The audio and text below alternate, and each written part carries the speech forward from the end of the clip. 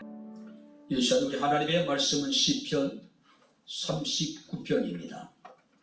1절부터 7절까지 제가 봉독을 드리도록 하겠습니다. 시편 39편 1절부터 7절 말씀까지 제가 봉독을 드리도록 하겠습니다.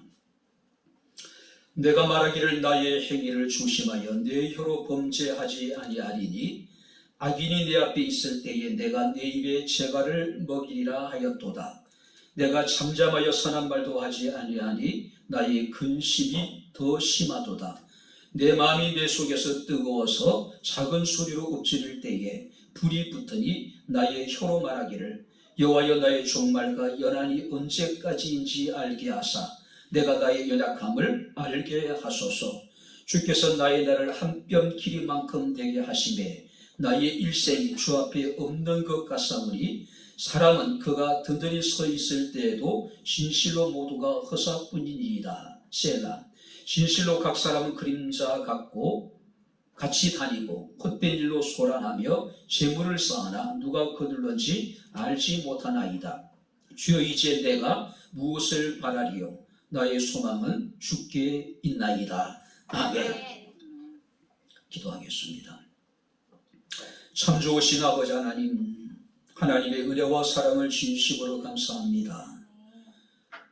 주의 날을 우리가 주님 앞에 나와 기억하며 살아계신 하나님을 예배케 하시고 이 시간 주의 말씀을 청종할 수 있는 은혜를 베풀어 주심을 감사합니다. 주의 말씀이 선포될 때 우리의 마음의 문을 열어주시고 우리의 길을 여셔서 두렵고 떨림으로 겸비한 마음으로 주의 말씀에 아멘으로 화답케 하옵소서. 깨달을 수 있는 지혜로운 마음을 주옵소서. 전하는 자와 듣는 자가 함께 은혜 받기를 원합니다. 예수님 이름으로 기도함나이다. 아멘. 할렐루야. 상수 이야기라고 하는 글을 봤습니다. 그 내용이 뭐냐면 1950년 어느 날 상수라고 하는 어린아이가 큰아버지로부터 고무신 한 켤레를 선물로 받았습니다. 상수는 난생 처음 새 고무신을 선물로 받았기 때문에 그 신발을 품에 안고 이렇게 이제 생활을 해요. 근데 어느 날 상수가 겨울물에서 고무신을 씻다가 그만 한 짝을 놓치게 됩니다. 고무신은 물살을 타고 계속 떠내려갔고 결국 큰 강으로 흘러들어갑니다. 상수는 고무신도 잊어버렸고 또 집에 돌아오는 길도 잃어버리게 됩니다. 그렇게 이제 길을 잃은 상수는 온갖 고생을 하면서 수많은 세월들을 힘들게 살아갑니다. 오랜 세월이 지난 후에 백발이 성성한 노인이 된 상수가 TV 이상가족찾기 프로그램을 통해서 굵은 눈물을 흘리면서 그때 상황을 이제 설명을 해요. 근데 그때 상수 형이 그 TV를 보고 있다가 바로 자신의 동생이라는 것을 알게 됩니다. 이제 연락을 해서 서로 만나게 돼요. 그러나 상수의 어머니는 이미 상수를 잃어버리고 나는데 얼마 지나지 않아서 그만 돌아가시고 또 50년 만에 만난 그의 아버지 역시도 이미 치매가 심했기 때문에 잃어버린 그 상수를 알아보지 못하는 거예요. 할아버지가 된 상수는 아무 말도 하지 못하고 하염없이 눈물만 흘린다는 이야기예요. 사람들은 일생에서 무엇이 소중한지를 잘 안다고 생각을 합니다. 그래서 그 소중한 것을 위해서 우리는 끊임없이 달려갑니다. 그 소중한 것을 위해서 자신의 시간을 투자하고 자신의 가진 모든 것을 우리는 다 투자를 합니다. 그런데 의외로 많은 사람들은 정말로 우리에게 소중하고 가치 있는 것이 무엇인지를 잃어버리고 살아가는 사람들이 얼마나 많은지 몰라요. 상수에게 있어서 큰아버지께 선물로 받은 그 고무신은요, 세상에 가장 소중한 것이었어요. 그래서 그것을 따라가다 결국은 고무신도 잊어버리고 길도 잊어버리고 50년의 긴 세월을 참 하염없는 수많은 고통 속에서 눈물을 흘리면서 살아갈 수밖에 없었다고 합니다. 자, 사람들은 돈이나 건강, 명예, 또 우리가 출세가 가장 소중한 것이라고 여기고 있습니다. 물론 그것들도 세상에 소중한 것은 누구도 부인할 수 없어요. 그러나 중요한 것은 그것보다 더 소중한 가치를 지닌 것들이 세상에는 훨씬 더 많다고 하는 사실이에요. 여러분들이 가장 소중한 것이 무엇이라고 생각합니까? 제가 간단하게 말씀드려서 변하지 않는 것. 아무리 시간이 흐르고 아무리 우리의 상황이 바뀌어도 변하지 않는 것이 정말 소중한 것이고 그것이 정말로 가치 있는 것이에요. 내가 어릴 때나 나이가 들 때 변하지 않는 것, 내가 건강할 때, 내가 병이 들었을 때도 변하지 않는 것, 내가 가난할 때도, 내가 부유할 때도 변하지 않는 것, 내가 형통할 때도, 내가 역경일 때도 변하지 않는 것, 그것이 정말로 소중한 것이라는 거죠. 그래서 우리가 죽음 앞에 우리가 서게 될 때에 우리는 그때서야 정말로 소중한 것이, 정말로 가치 있는 것이 무엇인지를 우리가 깨닫게 됩니다. 죽음 앞에서 우리가 그렇게 쫓았던 돈이 무슨 의미가 있을까요? 죽음 앞에서 우리의 건강이, 죽음 앞에서 우리가 추구했던 명예와 권세가 무슨 의미가 있겠습니까?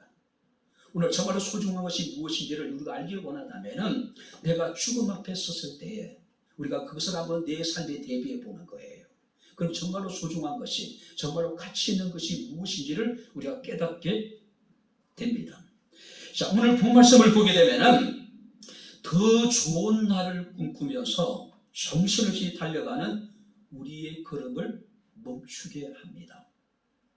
오늘 성경 말씀을 보게 되면은 소중한 것을 알지 못하고 무관심하게 대하는 부분들에 대해서 바로 시인은 바로 신랄하게 비판하고 있는 모습을 우리가 보게 됩니다. 자, 먼저 우리가 이제 39편 표제에 보게 되면은 다윗의 시, 인도자를 따라 여두둔 형식으로 부르는 노래라고 이야기를 합니다.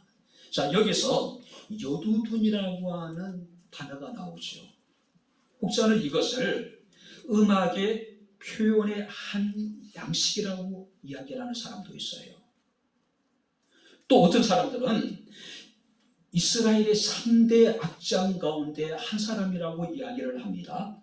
아삽이라고 하는 인물이 있었고 헤만이라는 사람이 있었고 그리고 여두둔, 이들이 다윗 시대에 이스라엘의 3대 악장이라고 불려지고 있습니다.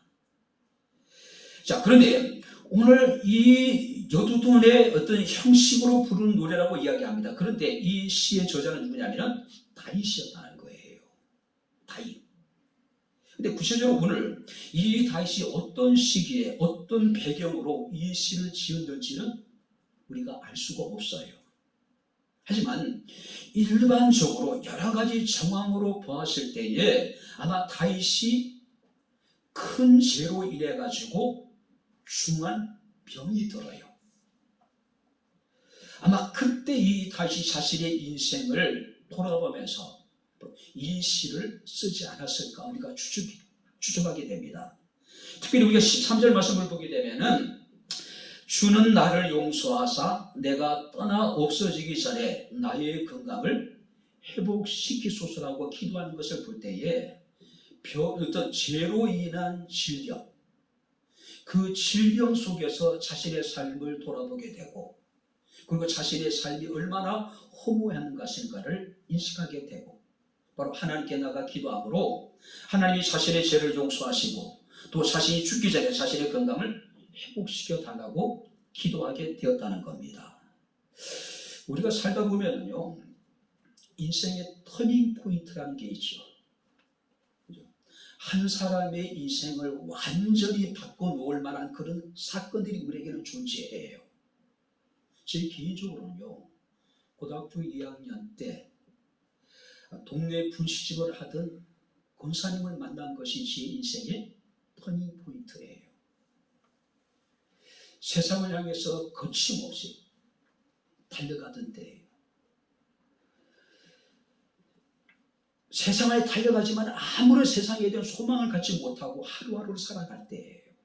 그때 하나님은 그 권사님을 만남을 통해서 제가 기독교로 개종을 하게 되고 오늘날까지 바로 하나님을 믿는 믿음의 사람으로 살아오게 되는 계기가 되는 거예요. 그것이 제 인생의 터닝 포인트가 되는 거예요. 자, 그렇다면 이 다윗에게 있어서 인생의 터닝 포인트는 뭡니까? 바로 이 죄로 인한 육체적인 질병. 바로 이 질병을 통해서 이 다윗은 인생의 대전환을 맞게 되는 겁니다. 오늘 특별히 우리가 말씀을 보게 되면 이제 그는 1절부터 3절 말씀을 보게 되면 육체의 질병과 대적자들의 비방 속에서도 다윗은 침묵을 해요. 그래서 우리가 내가 말하기를 나의 행위를 조심하여 내 혀로 범죄하지 아니하리니 악인이 내 앞에 있을 때 내가 내 입에 재갈을 먹이리라 하였도다. 내가 잠잠하여 선한 말도 하지 아니하니 나의 근심이 더하도다. 내 마음이 내 속에서 뜨거워서 작은 소리를 읊지를 때에 불이 붙었다.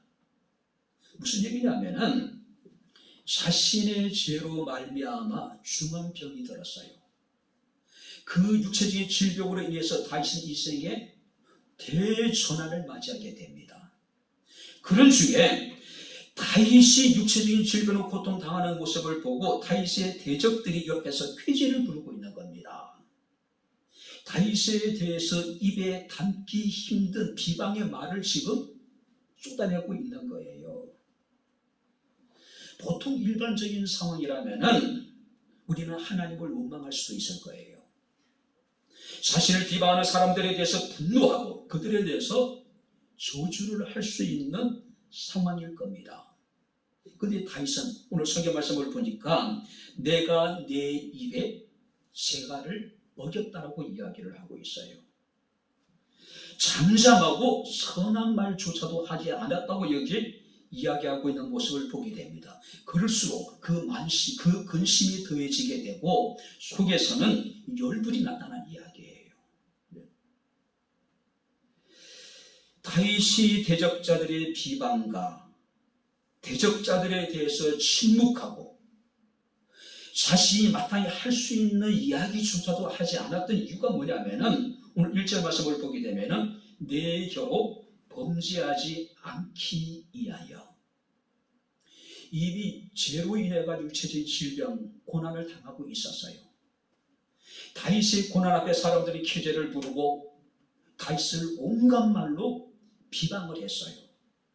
자, 그래도 불구하고 다윗은 끝까지 침묵합니다. 침묵한 이유가 뭐냐면은 혹시 자신이 그들에 대해서 자신에 대해서 반론을 하거나 변명을 하다 보면은 또 다른 죄를 지을 수 있을 것을 다시 두려워했다는 거예요. 그는 오히려 그런 상황 속에서 하나님께 기도하기 시작했습니다. 그리고 자신의 인생을 돌아보게 된 거예요. 왜 내가 이런 고난이 내게 임했는지, 과연 내가 지나온 나의 삶이 정말 하나님 보시기에 합당한 삶이었는지를 진지하게 고민하기 시작했다는 거예요. 자, 그러면서 이제 다윗은 하나님께 기도하기를 자신이 반드시 알아야 될 것에 대해서 하나님이 알게 달라고 기도합니다. 자, 그렇다면 오늘 우리가 이 다윗을 통해서 우리가 반드시 알아야 될 것이 무엇인지, 우리가 반드시 하나님께 기도하고 하나님께로부터 우리가 깨달아야 될 바로 그것이 무엇인지 우리가 함께 말씀을 살피면서 함께 은혜를 나누도록 하겠습니다. 자, 먼저 한번 4절 말씀을 우리 다시 한번 같이 읽겠습니다. 여호와여 나의 종말과 연한이 언제까지인지 알게 하사 내가 나의 연약함을 알게 하소서. 인생의 종말과 인생의 연한, 그러니까 인생이 얼마나 짧은 것인지, 또 우리가 그 인생의 종말이 언제 우리에게 닥치게 될는지 우리는 알 수 없잖아요. 그것을 지금 알게 해달라는 이야기예요. 4절 말씀을 보게 되면 종말을 알게 해달라고 이야기를 합니다. 이게 종말이라는 것은 하나님의 심판과 관련된 단어예요. 그리고 여기서 연한이라고 하는 것은 자신의 남아있는 날들의 분량, 그것을 알게 해달라는 이야기예요. 자신이 지금 죄로 인해 가지고 극한 질병으로 힘든 시간을 보내고 있어요. 다시 하나님께 알기를 원했던 건 뭐냐면은 나의 남아있는 날들이 얼마나 되는지 하나님 나를 깨닫게 달라는 이야기예요. 그리고 하나님의 심판을 인식하며 살아갈 수 있도록 내게 지혜를 달라는 이야기예요. 오늘 본문을 지적하게 되면은 나로 인간의 수명의 헛됨을 또 인간의 인생의 불확실함을 깨닫고 알게 해달라고. 그리고 내가 이 고통으로 인해서 내가 당황하고 우리가 원망하기보다는 전적으로 하나님을 의뢰하게 해달라고 하는 것이 바로 이 다윗의 기도입니다. 인간은 누구나 유한합니다. 인간의 유한성에 대해서는 누구도 부인할 수 없죠. 그 무엇으로도 그 누구도 해결할 수 없는 것이 바로 인간의 유한성의 문제예요. 중국의 진나라 황제는 영생을 얻기 위해서 불로초를 구하죠. 세상의 모든 것을 다 소유한 사람입니다. 자신이 생각하는 것, 자신이 원하는 것을 무엇이든 행할 수 있는 사람이에요. 그러나 그 역시도 어떻습니까? 인생의 유한함을 절감할 수밖에 없죠. 일반적으로 사람들은 평소에 전혀 생각하지 않던 자신의 남은 날들, 또 자신의 인생의 말년, 그리고 죽음 이후의 문제에 대해서 병이 들면은 사람들은 그때 생각하기 시작해요. 고민하기 시작합니다. 평소에는 자신이 100년, 1000년, 1000년 살 것처럼 전혀 인생의 종말에 대해서는 관심이 없어요. 그러나 병이 들게 되면 어떻습니까? 자신이 죽을 수 있겠구나. 그럼 죽고 난 이후에 난 어떻게 될 것인가를 우리가 진지하게 고민하게 되는 겁니다. 우리가 병이 들기 전에는 전혀 생각하지 못했던 것들을 병이 들게 되면은 어떻습니까? 우리의 생각하는 것이 달라져요. 삶에 대한 자세가 달라집니다. 우리의 가치관이 달라질 수가 있다는 이야기예요. 히브리서 9장 27절 말씀을 보게 되면 한 번 죽는 것은 사람에게 정해진 것이요 그 후에는 심판이 있을 것이다. 자, 내일을 예측하고 준비하는 것은 분명히 지혜로운 것이죠. 그래서 사람들은 겨울이 올 것을 예측하기 때문에 늦가을에 월동 준비를 하죠. 많은 사람들은 질병과 불의의 사고를 대비해서 다양한 보험을 들기도 합니다. 사람들은 다가오는 노후를 대비하기 위해서 여러 가지 노후 대책을 세우기도 합니다. 그렇지만 우리 그리스도인들은 어떻습니까? 죽음 이후를 우리가 준비해야 될 사람이에요. 죽음 이후에. 왜냐하면 우리가 5절 말씀을 보니까 주께서 나의 날을 한 뼘 길이만큼 되게 하심에 나의 일생이 주 앞에서 없는 것 같사오니 사람은 그가 든든히 서 있을 때에도 진실로 모두가 허사뿐입니다. 우리의 인생은 한 뼘 길이만큼밖에 되지 않는다는 이야기예요. 그것조차도 하나님 앞에서는 마치 없는 것 같은 그런 인생이라는 이야기예요. 비록 우리가 든든히 서 있다 하더라도 그것은 다 헛된 것뿐이라는 이야기예요. 뿐만 아니라 우리가 시편 90편 10절 말씀을 보게 되면 우리의 연수가 70이요 강건하면 80이라도 그 연수의 자랑은 수고와 슬픔뿐이요 신속히 나아가니 우리가 날아갑니다. 우리의 인생에 대해서 모세는 날아간다라고 지금 표현하고 있는 거예요. 뿐만 아니라 우리가 시편 103편 15절 16절 말씀을 보니까 인생은 그날이 풀과 같으며 그 양화가 들의 꽃과 같도다. 그것이 바람에 지나가면 없어지나니 그곳이 다시 알지 못할 것이다. 우리 인생은 풀과 같고 꽃과 같다. 바람이 지나가면 다 시들어버리고 사라져버릴 것이라는 이야기예요. 그곳이 있었는지 없었는지도 모를 정도로 인생이 얼마나 허무하다는 것을 우리에게 교훈해주고 있는 거예요. 뿐만 아니라 시편 78편 39절 말씀을 보게 되면 너희는 육체라 가고 다시 오지 못하는 바람임을 기억하라고 이야기해요. 다시 돌아오지 못하는 바람처럼 우리는 신속히 날아가는 존재란 이야기예요. 그래서 다시는 하나님께 기도합니다. 나의 종말과 나의 연한, 나의 남아있는 날들의 분량을 내게 알게 해달라고 기도하고 있는 겁니다. 뿐만 아니라 내가 나의 연약함도 알게 해달라. 사람은 인생이 풀과 같고 꽃과 같고 바람이 지나면 사라져버릴 것 같은, 그리고 그 흔적조차도 찾을 수 없는 것이 우리의 인생이라는 이야기예요. 그 인생은 지극히 짧습니다. 다시는 하나님께 구하기를 나의 종말에 대해서, 나의 연한에 대해서, 나의 연약함에 대해서 하나님이 알게 해달라는 이야기예요. 오카는 목사님의 글에 보게 되니까 이런 이야기가 있더라고요. 내가 울던 어린 시절에는 시간이 마치 기어가는 것처럼 천천히 가더라.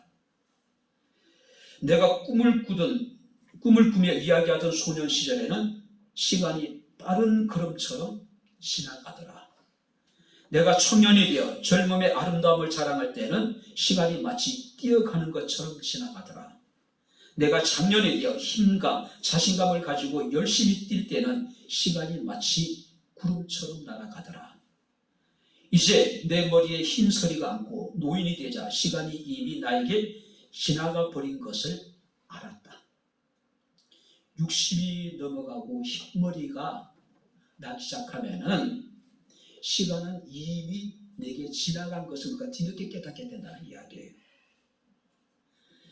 60이 넘자 1년이 새롭고 70이 넘자 한 달이 새롭고 80이 넘자 하루하루가 새롭다라는 이야기를 하셨어요. 참 묘한 말 같기도 하지만은 어쩌면 이것이 진리예요. 가끔 집사람과 그런 이야기를 합니다. 우리가 앞으로 얼마나 같이 할 수 있을까? 우리가 앞으로 얼마나 함께 할 수 있을까? 저도 벌써 이제 환갑입니다. 건강해도 80이라는데 설사 90을 산다 하더라도 정말 건강한 상태 속에서 함께 할 수 있는 시간이 얼마나 될까? 정말 하루하루가 소중하게 느낄 수밖에 없는 거예요. 함께하는 그 시간들이 너무 귀하게 느껴질 수밖에 없는 거예요. 모세는 시편 90편 12절에 하나님 앞에 이런 기도를 드립니다. 우리에게 우리 날 계수함을 가르치사 지혜로운 마음을 얻게 하소서. 쉽게 이야기하면 하나님이 우리에게 지혜로운 마음을 주셔서 우리의 남아있는 날들을 알게 하소서. 얼마 남지 않았다는 것을 인식하고 우리가 살아가라는 이야기예요. 그래서 우리가 에베소서 5장 15절 17절의 말씀을 보게 되면 사도 바울은 에베소 교회 성도들에게 세월을 아끼라고 이야기를 하고 있어요. 흩어로 보내서는 안 된다는 이야기예요. 나에게 남아있는 시간들이 그렇게 많지 않기 때문에 주어진 날들을 우리가 소용하면서 살아가는 이야기예요. 우리가 반드시 알아야 될 것이 있습니다. 인생은 지극히 짧다는 것이고 죽음 이후에는 반드시 심판이 있다는 사실을 우리가 기억을 해야 돼요. 짧은 그 인생조차도 우리는 연약함 속에 살아갈 수밖에 없는 존재라는 사실을 우리가 알아야 된다는 이야기예요. 그래서 지금 다시 하나님께 기도하는 겁니다. 뭐라고 기도합니까? 성경 말씀을 보면은 나의 종말과 연한이 언제까지인지 알게 하사 내가 나의 연약함을 알게 하소서. 내가 얼마나 더 살 수 있는지 나로 알게 해달라는 이야기예요. 내가 얼마나 연약한 존재인지를 내가 인식하게 해달라는 이야기예요. 두 번째 우리가 무엇을 알아야 될까요? 자, 5절 말씀을 우리 다시 한번 같이 읽겠습니다. 주께서 나의 날을 한 뼘 길이만큼 되게 하시매 나의 일생이 주 앞에는 없는 것 같사오니 사람은 그가 든든히 서 있을 때에도 진실로 모두가 헛사뿐이니이다. 다윗은 뭐라고 얘기합니까? 사람이 든든히 서 있을 때라 하더라도 그것은 모두가 허사입니다. 자, 여기서 허사라고 하는 단어는요, 헤벨이라고 하는 히브리어를 사용합니다. 순, 즐김, 또 익김. 그러니까 우리가 나름대로 열심히 해서 내가 든든히 섰다 하더라도 다윗은 그것조차도 모두가 허사입니다. 줄기처럼 사라져버릴 거지 뭐 입김처럼 사라져버릴 것이라는 이야기예요. 인생의 헛됨, 허무함을 의미합니다. 인생의 무상을 이야기하고 있는 거예요. 다시 하나님께 기도합니다. 자신의 종말, 자신의 연약함을 알게 해달라고 기도했고, 두 번째는 인생의 허무함을 내가 알게 해달라는 이야기예요. 사람은 나름대로요, 다 인생의 황금기, 전성기가 있죠. 그죠? 뭘 해도 잘 될 것 같은데, 또 나는 늙지 않을 것 같고 실패하지 않을 것 같고 잘못되지 않을 것 같은 때, 그때가 우리 인생의 황금기고 그때가 우리 인생의 전성기죠. 그런데 다윗은 우리에게 이야기를 합니다. 내 인생의 전성기일 때일지라도 다 그것이 허사다. 내 인생의 전성기를 맞아서 내가 정말로 잘 나간다 하더라도 그것조차도 우리에게는 허무한 것이다. 입김처럼 사라져버릴 것이고 줄기처럼 바람에 흩어져 버릴 것들이란 이야기예요. 사람들은 자신의 번뜩이는 지식과 지혜를 자랑할 때가 얼마나 많은지 모릅니다. 자신의 푸르른 청춘을 자랑할 때가 얼마나 많은지 모릅니다. 자신의 건강을 과신하기도 하고 자신의 성공과 자신의 명예를 자랑할 때가 얼마나 많은지 모릅니다. 그런데 다시 이야기합니다. 모두가 허사뿐이다. 내가 잘하는 그 모든 것들이 입김처럼 사라져버릴 것들이고 줄기처럼 바람에 흩어져버릴 것들이라는 이야기예요. 특별히 우리가 말씀을 보니까 다윗은 인생을 한 뼘만한 존재라고 이야기를 합니다. 여기서 한 뼘이라고 하는 것은 고대 사이의 최소한의 측정 단위예요. 아주 작은 것. 뿐만 아니라 우리가 예레미야 52장 21절 말씀을 보게 되면은 여기서 한 뼘이라고 하는 것은 엄지를 제외한 우리가 손바닥을 가지런히 모았을 때에 4개의 손가락의 넓이를 말하는 거예요. 한번 재봤더니 저는 7cm 정도. 일반적으로 사람들은 7.3 정도, 보편적으로 그 정도의 어떤 길이를 말하고 있는 거예요. 뿐만 아니라 그 다윗은 계속해서 이야기합니다. 든든히 서 있을 때에도 진실로 모두가 허사뿐이고, 또 우리가 6절 말씀하니까 그림자와 같은 존재이고, 또 우리 계속해서 6절 말씀하니까 헛된 일에 분주하고. 자, 여기 보세요. 헛된 일에 분주하다는 얘기는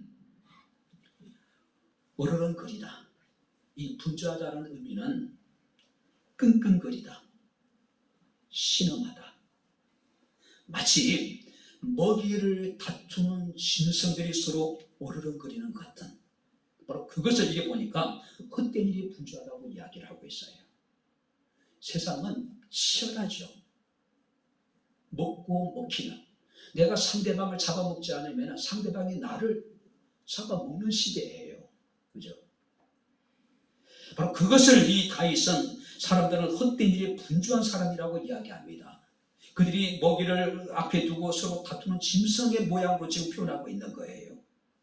그들이 어르렁거리고 끙끙거리고 신음하면서 열심히 재물을 쌓아두지만은 중요한 것은 그 재물을 누가 쓸지 알지 못하는 존재라고 이야기하고 있어요.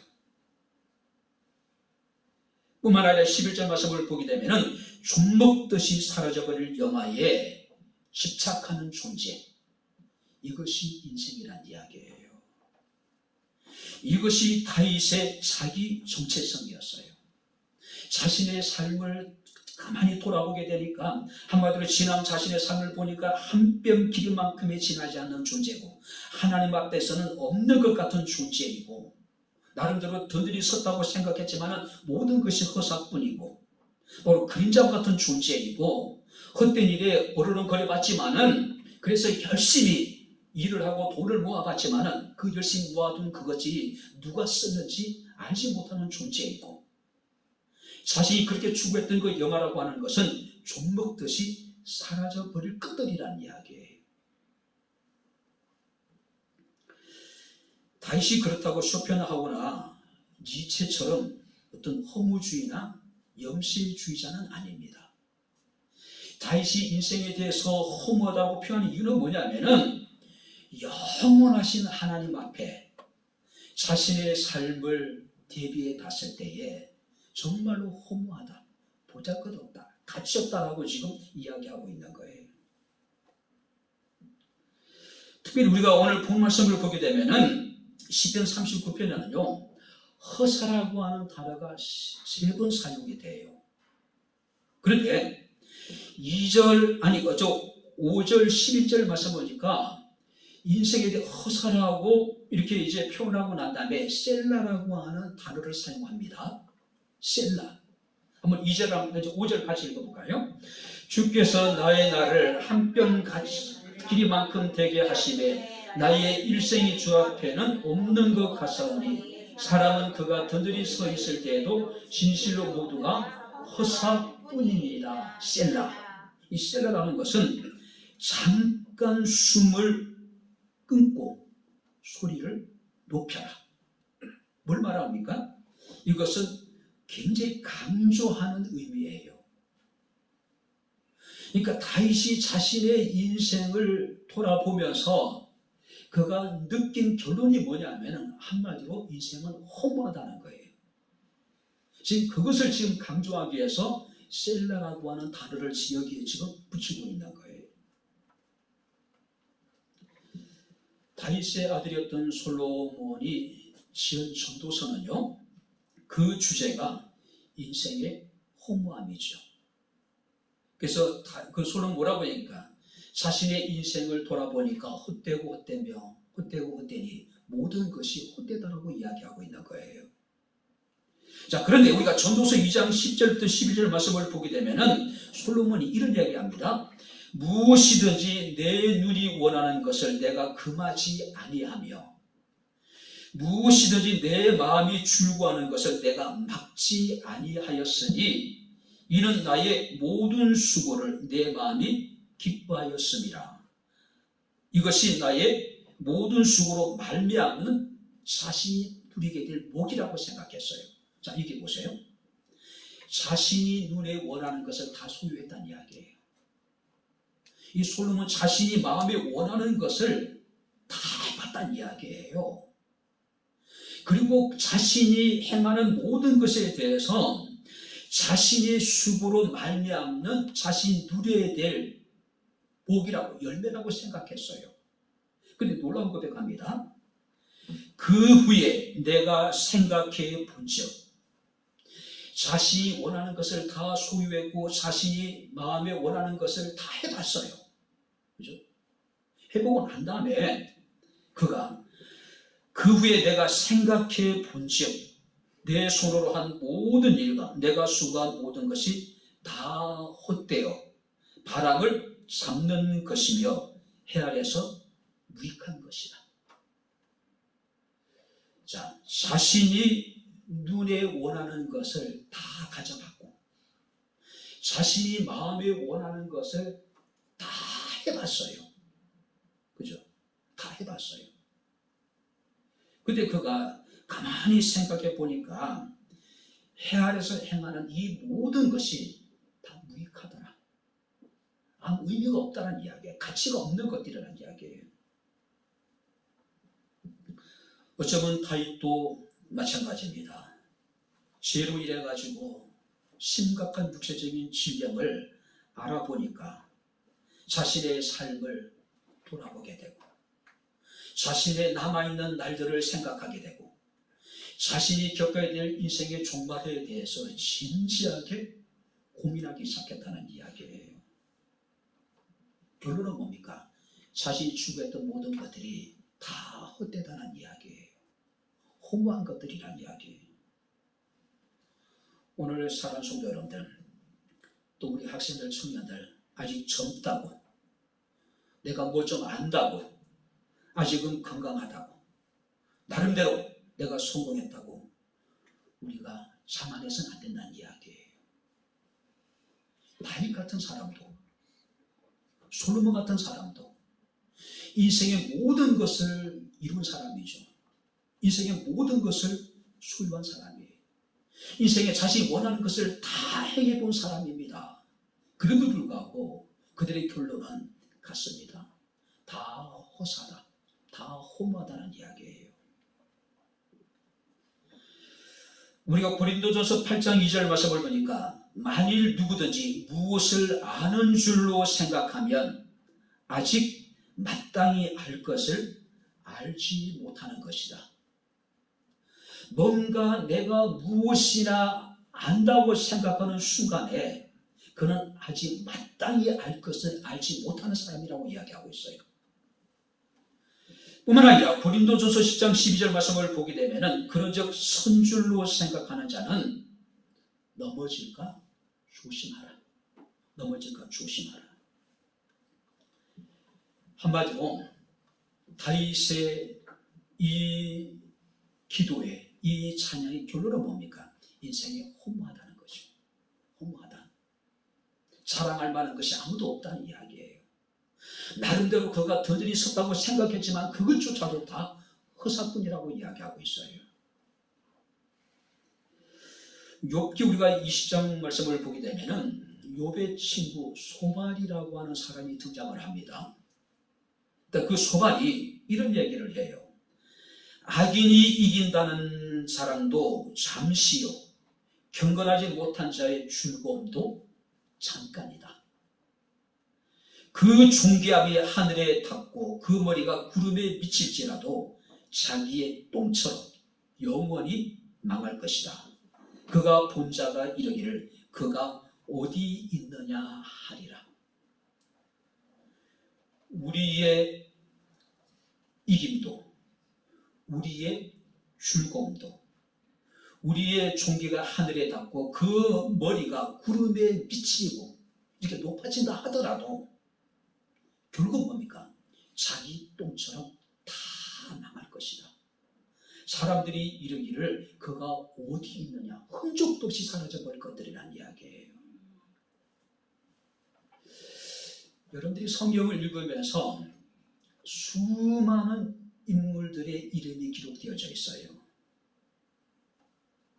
어떤 사람들의 행적에 대해서는 많은 그 장을 할애해서 그 사람의 행한 일들을 기록하고 있어요. 또 어떤 사람들은 단지 이름만 잠깐 기록되는 사람도 있습니다. 단 한 번이요. 그래서 그 이름을 대부분 사람들이 기억하지 못해요. 알지 못해요. 근데 가만히 생각해 보세요. 수천 년의 역사 속에서, 인류의 역사 속에서 얼마나 많은 사람들이 세상에 왔다가 다시 돌아갔습니까? 우리는 위대한 사람들의 행적에 대해서 글로 기록하고 또 그들에 대해서 우리는 이야기를 들어요. 그런데 영원하신 하나님에게 있어서 그들이 가진 영광이라든지 그들이 행한 모든 위대한 일들이라고 하는 것은 다 허무한 것뿐이라는 거죠. 가치 없는 것이라는 이야기예요. 이김도 즐거움도 존귀함도 하늘을 찌를 것 같은 권세도 결국은 자기 똥처럼 영원히 망할 것이다. 영원히 망할 것이다. 사람들이 이르기를 그가 어디 있느냐, 흔적도 없이 사라져버릴 것들이란 이야기예요.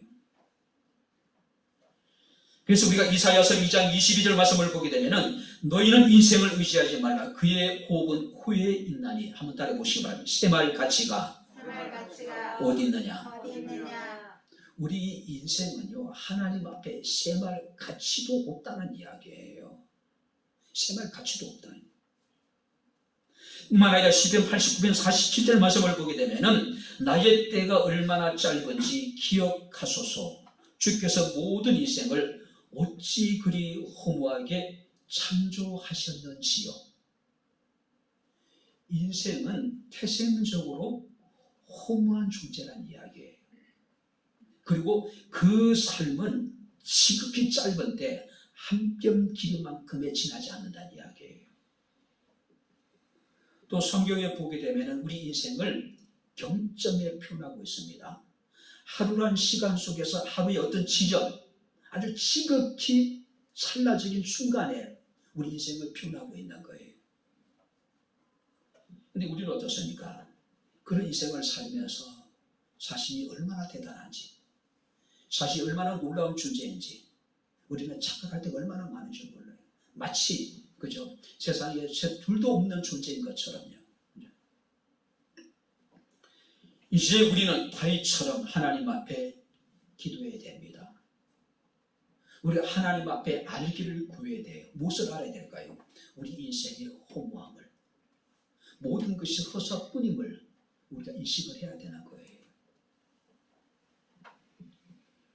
우리 교인 가운데 90이 넘으신 분도 있고 아직 10대의 어떤 창창한 어린아이도 있습니다. 아마 대부분 연세가 드신 분들은요, 자신의 삶을 회고하면서 공통적으로 느끼고 고백하는 건 뭡니까? 인생이 빠르다는 것이고 자신의 지나온 삶을 보게 되면 다 허무하다는 거예요. 그때는 그렇게 그것에 급급했고 그것에 우리가 집착하고 그것이 전부인 줄 알고 열심히 달려왔는데 지나고 나니까 아무것도 아니라는 거예요. 이것이 인생이라는 거예요. 마지막으로 세 번째 우리가 무엇을 알아야 될까요? 자, 7절 말씀을 우리 다시 한번 같이 읽겠습니다. 주여 이제 내가 무엇을 바라리요? 나의 소망은 주께 있나이다. 원문을 지금 이렇습니다. 그러나 이제 나의 주여 내가 무엇을 기다립니까? 나의 소망 그것은 당신 안에 있습니다. 무슨 얘기냐면은 다윗은 인생이 짧다는 것을 알았습니다. 그 짧은 인생이 정말 얼마나 허무한 것인가를 알고 있었어요. 그렇다면 이런 허무한 삶 가운데 이 다윗은요, 오직 하나님께 소망을 두고 오직 하나님만을 바라보고 있는 거예요. 여기서 바란다는 이야기는 열망과 간절함으로 기다린다는 것이고 나의 소망은 주께 있다라고 하는 의미 속에는 헛된 인생 속에서 간절히 바라고 소망하는 대상이 하나님뿐입니다. 하나님뿐입니다.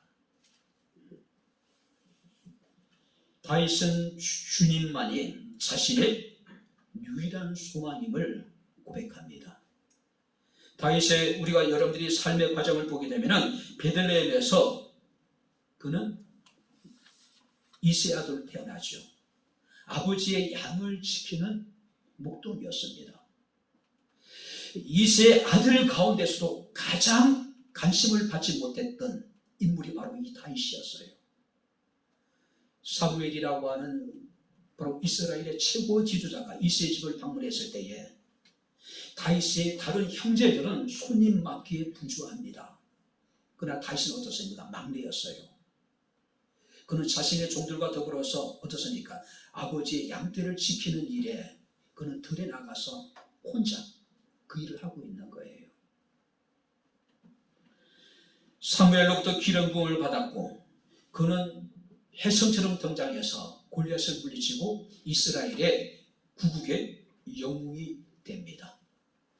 이스라엘 사람들은 노래합니다. 사울이 죽인 자는 천천히요 다윗이 죽인 자는 만만이라고 이야기를 해요. 결국 사울의 미움을 받게 됩니다. 그리고 20년 동안 그는 쫓기는 신세가 돼요. 우여곡절 끝에 그는 통일 이스라엘의 왕국의 왕이 되었지만은 많은 어려움을 겪게 됩니다. 특별히 그가 사랑했던 아들 압살롬의 반란으로 인해 가지고 왕위를 버리죠. 신발조차도 신지 못하고 기드론 시내를 건너는 비참한 상황에 처해지기도 합니다. 그 역시 인간이었기 때문에 하나님 앞에 죄를 지었고 죄로 인해 가지고 그가 육체적인 질병을 겪게 됩니다. 그리고는 자신의 인생을 그때서야 돌아보게 돼요. 그리고 인생은 짧다는 것을 인식합니다. 인생이 허무하다는 것을 그는 깨닫게 돼요. 그래서 그는 하나님 앞에 기도합니다. 그러나 이제 나의 주여 내가 무엇을 기다립니까? 나의 소망 그것은 당신 안에 있습니다. 주여 이제 내가 무엇을 바라리요? 나의 소망은 주께 있나이다. 자신이 정말 어렸을 때부터 오랜 세월 쫓아왔던 그 모든 것들이 허무하다는 것을 깨닫고 이제 오직 하나님께 소망을 두고 있다고 하는 사실이에요. 사람들은 나름대로 의미 있는 업적을 남기려고 애를 씁니다. 편안한 노후를 궁금해서 재물을 모으기도 합니다.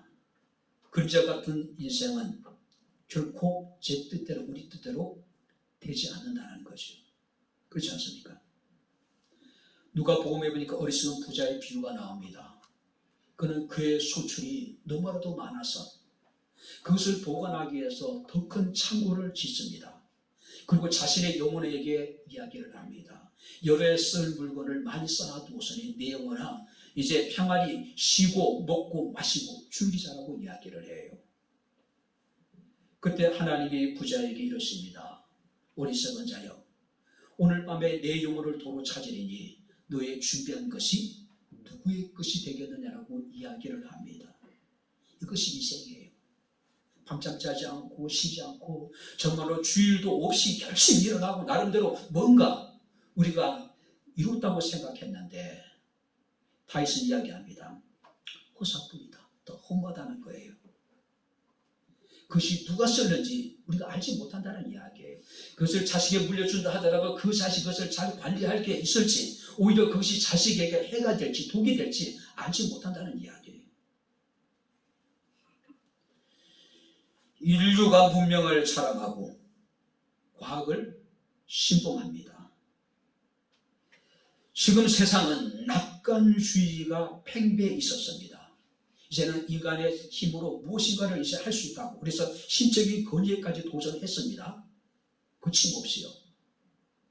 근데 오늘날 우리의 현실은 어떻습니까? 작은 바이러스 하나도 그 인간이 자랑하는 문명도 과학도 감당하지 못하는 거예요. 속수무책이에요. 그죠? 기대하는 건 뭡니까? 이제 백신도 아닙니다. 집단 면역도 아닙니다. 그냥 이 상태 속에서 우리는 체념하고 이제는 바이러스와 함께 살아가자는 거예요. 그죠? 이것이 인생이에요. 얼마나 허무합니까? 과학의 신의 영역까지 도전을 했습니다. 의학으로 모든 것을 죽은 자도 다시 살릴 수 있다고 생각해서 인간의 수명을 얼마든지 더 늘릴 수 있다고 착각했어요. 그런데 결론은 뭡니까? 과학의 허무함, 의학의 허무함을 우리는 다시 한번 인식하게 되는 거예요. 왜? 작은 눈에 보이지 않는 바이러스 하나 앞에서 우리 인간은 어떻습니까? 절절매고 있는 거예요. 극한 두려움과 공포에 사로잡혀 있는 거예요. 전 세계가 지금 못지할 줄 모르고 있는 거예요.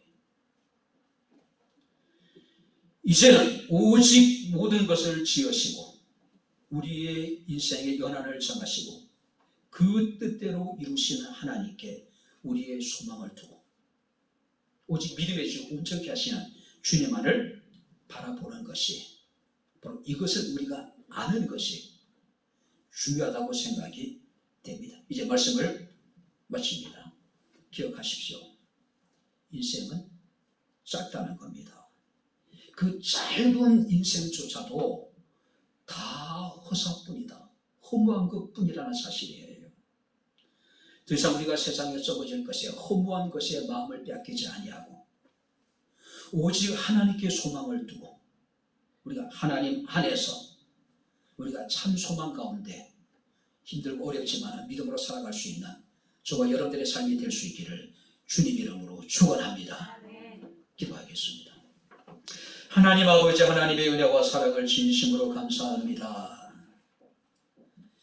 인간은 스스로를 과신하고 자신감으로 충만하여 하나님의 도움이 없이도 내가 원하는 모든 일을 할 수 있다고 하는 생각에 사로잡힐 때가 얼마나 많은지 모릅니다.